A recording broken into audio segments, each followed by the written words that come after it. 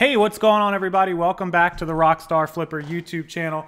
Rockstar with 2 Rockstar signs. Thank you again, Chris Lynn, 10K on the Bay. Got his Instagram channel back, the same name, 10K on the Bay. Make sure that you guys that use Instagram, I'm going to show you here on my phone, on your main profile screen, you know that screen, select this little settings gear right there. And then when you open that settings up, whoop, there you go, get the 2-factor authentication. You see that 2-factor right there by my finger?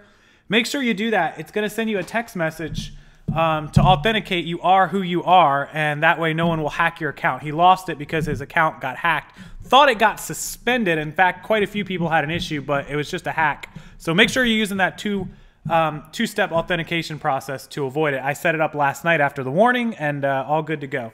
But moving on, I want to talk to you guys about a couple of things that came to my attention today. And one is an update to a video I did the other day about the Super NES Classic pre-release and the pricing and the reselling and the inflation of the price on eBay, Amazon, whatever.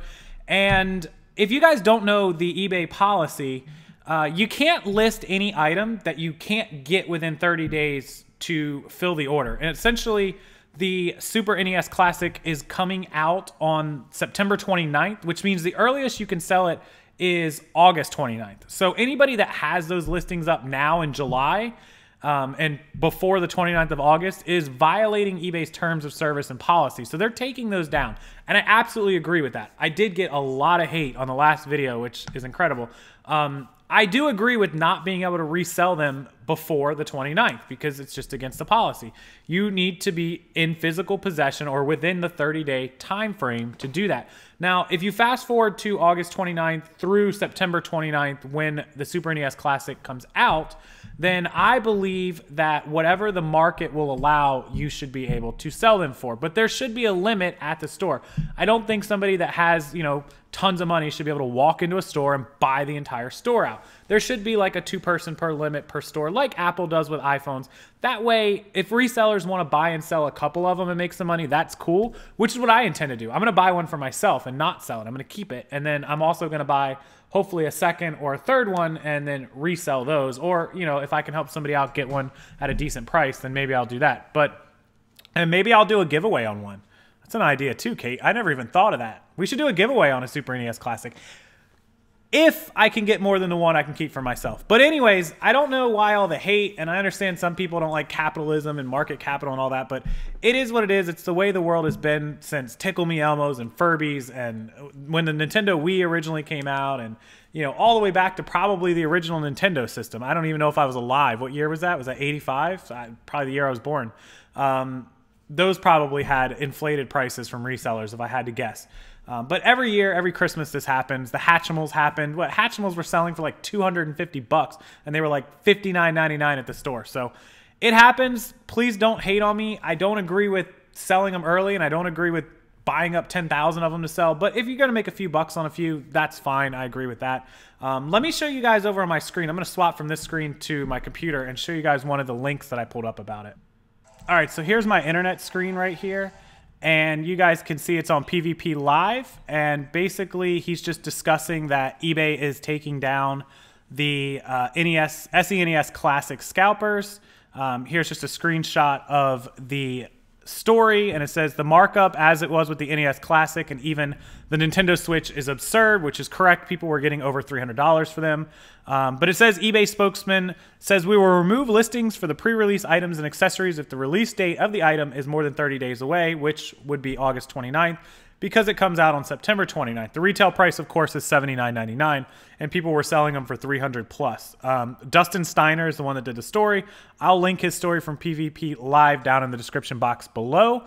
Hopefully you guys will take back some of the hate you had on me, because I am not encouraging people to do this more than 30 days out and to do this on an extreme scale. But if you do want to buy some and resell it, I do encourage you to make a few bucks off of them, but don't try to kill it for the entire market.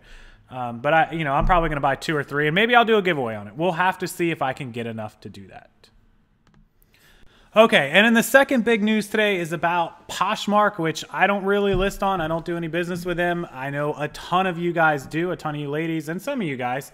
And a huge update today that Poshmark is now allowing you to draft and list on desktop. And I'm going to jump over to their Twitter and I'll jump over to a video that was made about this. And I'll link all this for you guys down below. But it is huge news, I guess, for the Poshers because it is just going to make things a lot easier and quicker. And that's exciting for them. Poshmark also announced that they are on track to do $100 million in revenue on their 20% fee. So we can all do the math. That means that they're doing $500 million in transactions. If they're keeping 20%, would leave them their $100 million in revenue. It's pretty easy math. And that's incredible. They're not at IPO public level yet, but they are getting there. Let me jump over to the screen again and show you guys the story on Poshmark.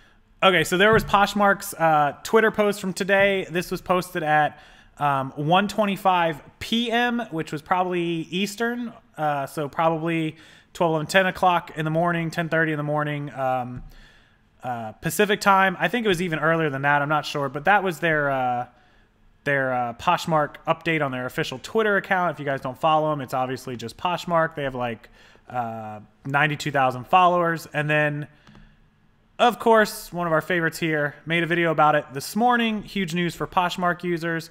Referral code in there, $5, NLZBD. And I will link her video over. About a 3.5, almost 4-minute video, so make sure you check that out. Thank you for the thumbnail, by the way. And then here's a story about Poshmark's positive cash flow. They're on track for $100 million in revenue.